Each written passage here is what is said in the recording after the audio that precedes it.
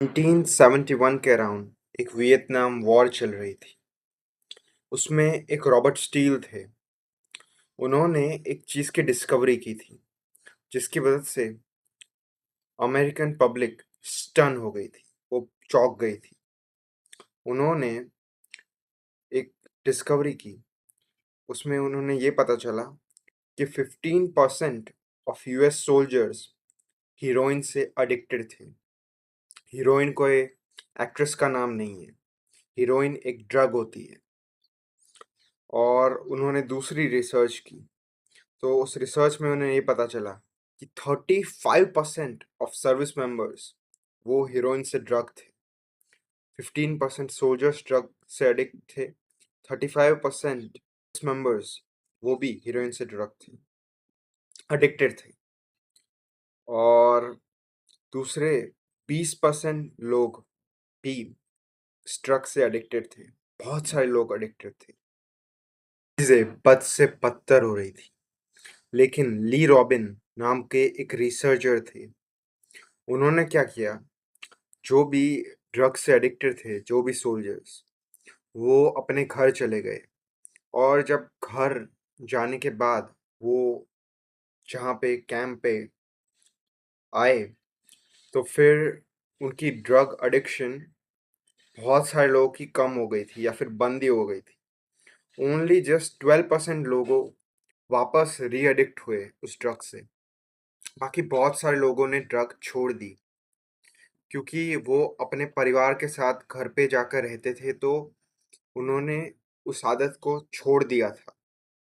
Robins ने बताया, अगर हम कोई भी छोटा सा चेंज लाते हैं अपने एनवायरनमेंट में, तो उसका काफ़ी बड़ा इम्पैक्ट होता है।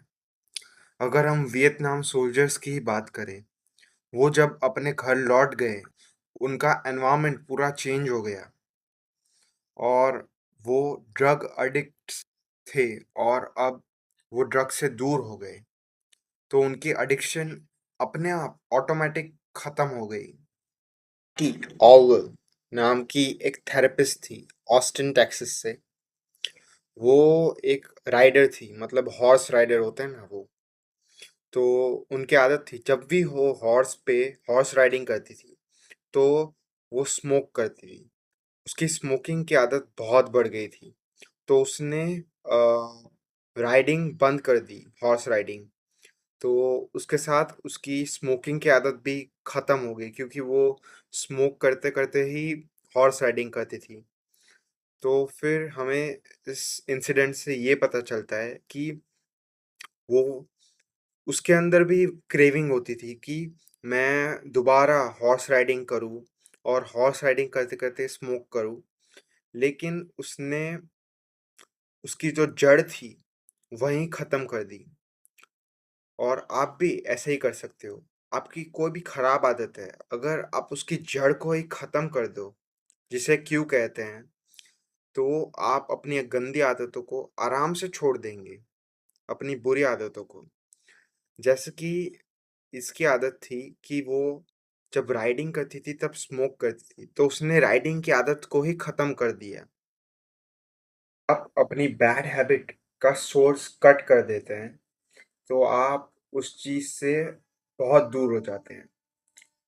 जैसे कि हमने आगे बात की वो हॉर्स राइडर वाला एग्जाम्पल की, उसने स्मोकिंग के साथ-साथ हॉर्स राइडिंग भी बंद कर दी, जिसकी वजह से वो स्मोक करती थी।